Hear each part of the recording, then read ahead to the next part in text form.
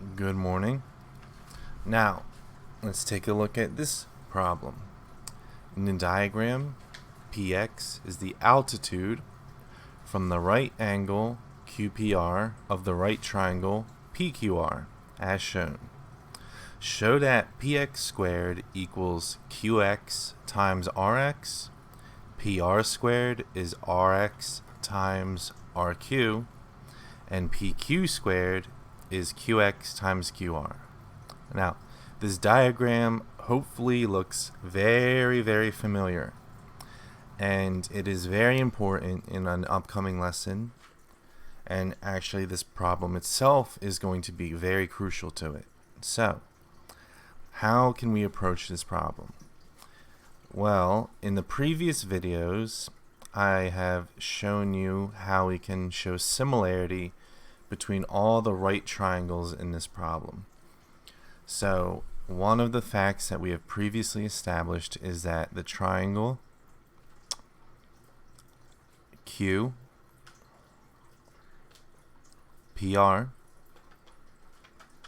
is going to be similar to the other two smaller triangles. And the two smaller triangles will be similar with each other. So Q, P, R is going to be the same or similar to QXP, which is also going to be similar to the triangle PXR.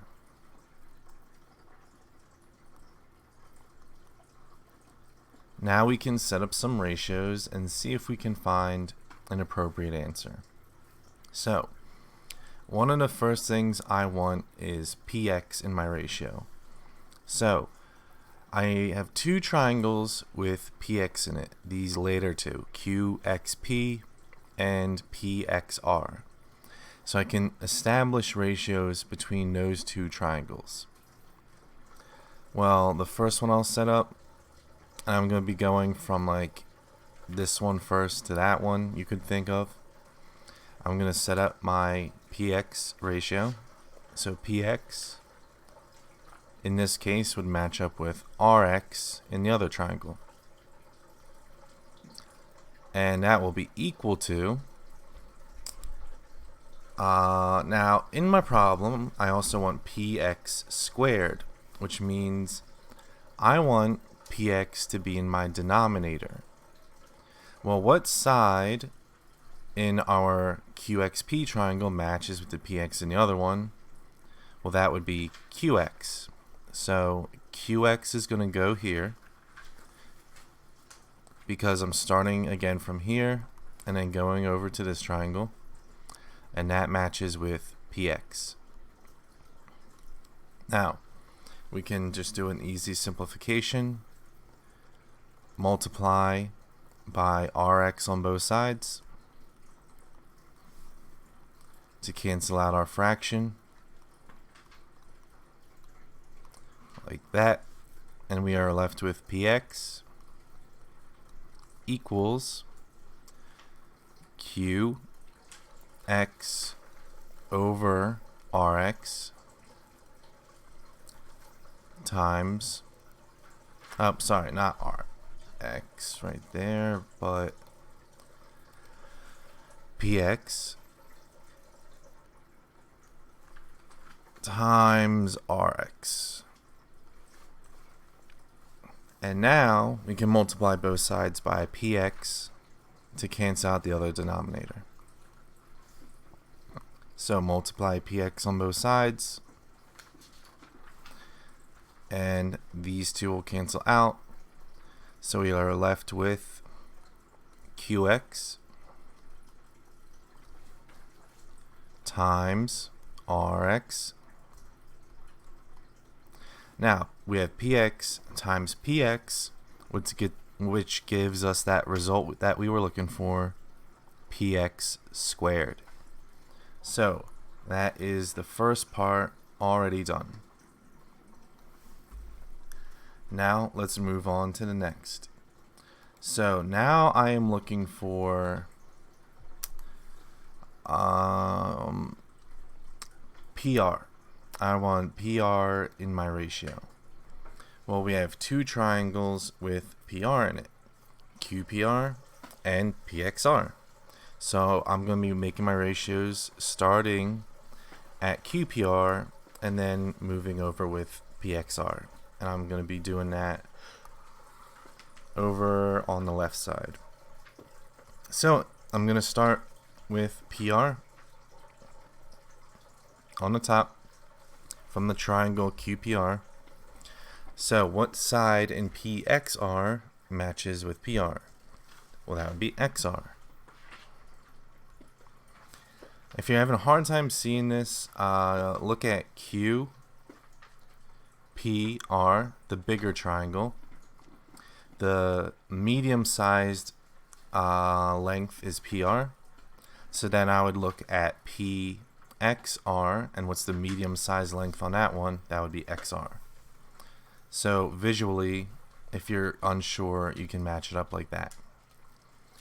So now, again, if I want PR squared, I would need PR in my denominator, because when I multiply it out, that's going to give it that squared value just like last time. So I need in the denominator PR. That's from the triangle PXR. Well, then what side in QPR matches with PR? Well, we can look at it the same way we did. So in PXR, the side PR is the longest side of PXR. So what is the longest side of QPR? Well, that would be QR. Just like that. Now, to save myself some room when writing, I showed you the first time we had this ratio, how we do the multiplication out. Now I'm just going to use the cross multiplication and make it a little simple on myself. Cross multiply those values and those values. We get PR times PR, which is PR squared, equals QR times XR. And that is what we want. PR equals, now they have it written in a different order, but they are the same. The order of the letters does not matter with line segments, but if we wanted to, we could switch it up so it looks a bit similar and change XR to RX and change the QR to RQ. That is something you can do. And then we have our answer. So now only one more to go. And you can probably guess it's the same process we just did. So, two ratios. I want PQ. Now, which of my triangles has PQ in it? Well, the first one, QPR, definitely has PQ. And the second one also does QXR. So, I'll be going from this first one to the second one. So, in QPR, what side matches up with PQ? Well, in QPR, the big one, the side PQ is the smallest. So in the triangle QXP, which one's the smallest? That would be QX. So now looking at my triangle QXP, I want to use the side PQ in my ratio. That'll be in the denominator to get that result I want. And then I So that's from QXP, that side PQ now. So what side matches up in QPR? Well, in QXP, PQ is the longest side.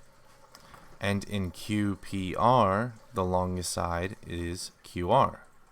So those two are going to be the ones that match. Due to cross multiplication, PQ times PQ is PQ squared.